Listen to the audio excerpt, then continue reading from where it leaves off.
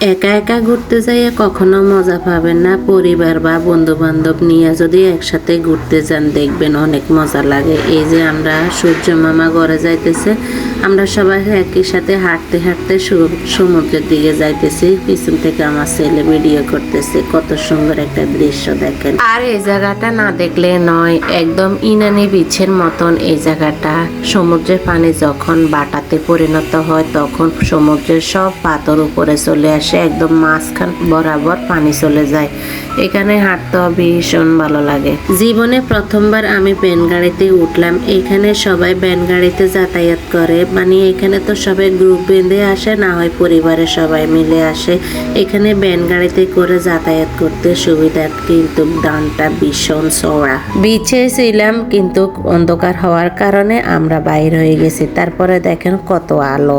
সূর্য মামা ঘরে ঢুকে গেছে, মাগরিবের আজান হয়ে গেছে। এখন আমরা সমুদ্রের পাড় থেকে চলে আসতেছি। বাজারে যাব, সন্ধ্যাবেলা নাস্তা করব, তারপরে আমরা আমাদের রিসোর্টে চলে যাব। এখানে যারাই আসে তারা কিন্তু এই ভুলটা কখনো করে না। এই যে মাছগুলা দেখছেন, এগুলি সব সামুদ্রিক মাছ। এগুলি খেতে ভীষণ মজা। এগুলি একদম আপনাকে বারবিকিউ করে দিবে। কিন্তু মাছের অনেক দাম হলো কি হয়েছে, টাকা পয়সা কত আসে কত যায়, অভাব অনটন তো সবসময় থেকে যায়। তারপরে শখটা তো পূরণ করতে হয়।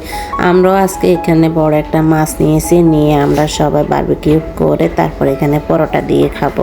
আমরা যে হোটেলটাতে খাইছি ওটার নাম হচ্ছে ইউরো বাংলা রেস্টুরেন্ট, কিন্তু ওখানে খানা অনেক মজা। আপনি ভাত খান বা সকালে নাস্তা করেন বা সন্ধ্যাবেলা নাস্তা করেন, মাছ বারবিকিউ করে খান, ভীষণ মজা। তাদের পাক একদম পরিষ্কার পরিচ্ছন্ন, খেতে ভীষণ মজা। দামটাও একদম লিমিটের মধ্যেও আছে, এতটা বেশিও না আবার কমও না। ভীষণ মজা, ভীষণ টেস্ট। একসাথে পরিবারের সকল মিলে বসে খেলাম, অনেক মজা লাগলো। আলহামদুলিল্লাহ, আল্লাহর কাছে লাখো শুকরিয়া। এভাবে যে একটা সময় পার করতে পারেছি, এটার জন্য আল্লাহর কাছে লাখ লাখ শুকরিয়া। তো আজ ভিডিওটা এই পর্যন্তই। কেউ কখনো যদি সেন্ট মার্টিন যান, এখানে খেতে ভুলবেন না। কষ্ট হলো একবার খেয়ে আসবেন, খেয়ে এসে আমার মতন এভাবে প্রশংসা করবেন।